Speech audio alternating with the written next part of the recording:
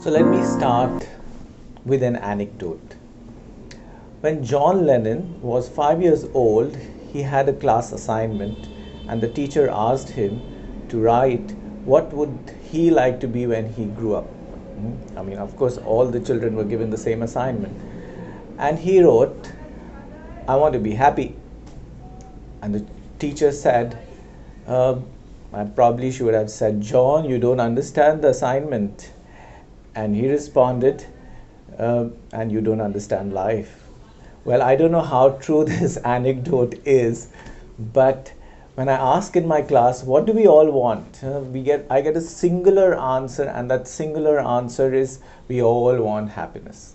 That's another thing, that when what we are doing is not necessarily geared towards happiness, it's more geared towards success, which means we want more money, we want more fame, we want more recognition, and of course then that gives us happiness. So it's conditional.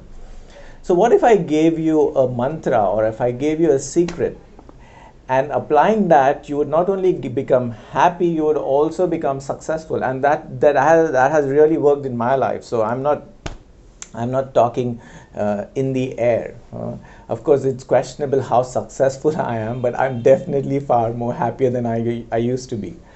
So the mantra is simple 2 words, and that simple 2 words is be yourself. That's the mantra to be successful, and that's the mantra to be happy as well. Now, we all hear be ourselves, but what does it really mean to be ourselves? So I'll give a very practical definition, or a practical outcome of, if someone is doing this, then to me that person is being himself. And that would be, to be yourself, I would assume a person has devoted his life to something which is meaningful to him. To me, then that person would be really being himself. It's a very practical way of assessing whether you're being yourself.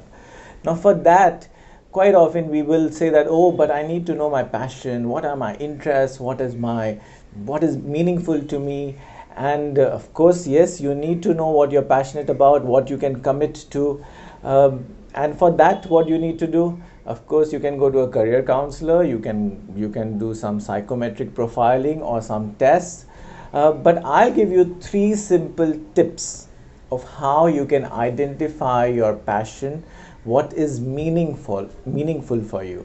And this is what you need to keep in mind.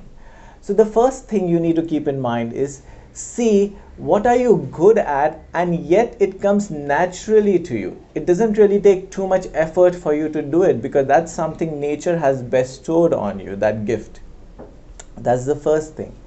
The second thing is, when you're doing whatever you are doing, which comes naturally to you, do you feel energized doing it? No matter how much time you spend, you feel emotionally charged, you feel excited about doing this. Once a student told me in class, I could listen to you all day. And I responded and said that, well, then we are made for each other, because I could talk all day. Because I really love what I do. I love teaching, I love personal growth, and I love talking about it.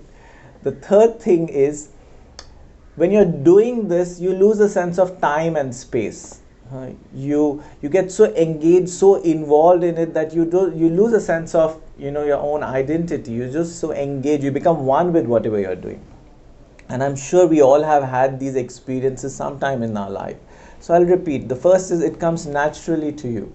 The second is, it energizes you mentally, emotionally. And the third is, you lose a sense of time and space when you're completely engaged in doing this. So keep in mind, whenever you are doing something and these 3 factors are present, then you need to really be attentive to, because then something deeper in you is calling, something deeper in you is sharing that this is really important for you.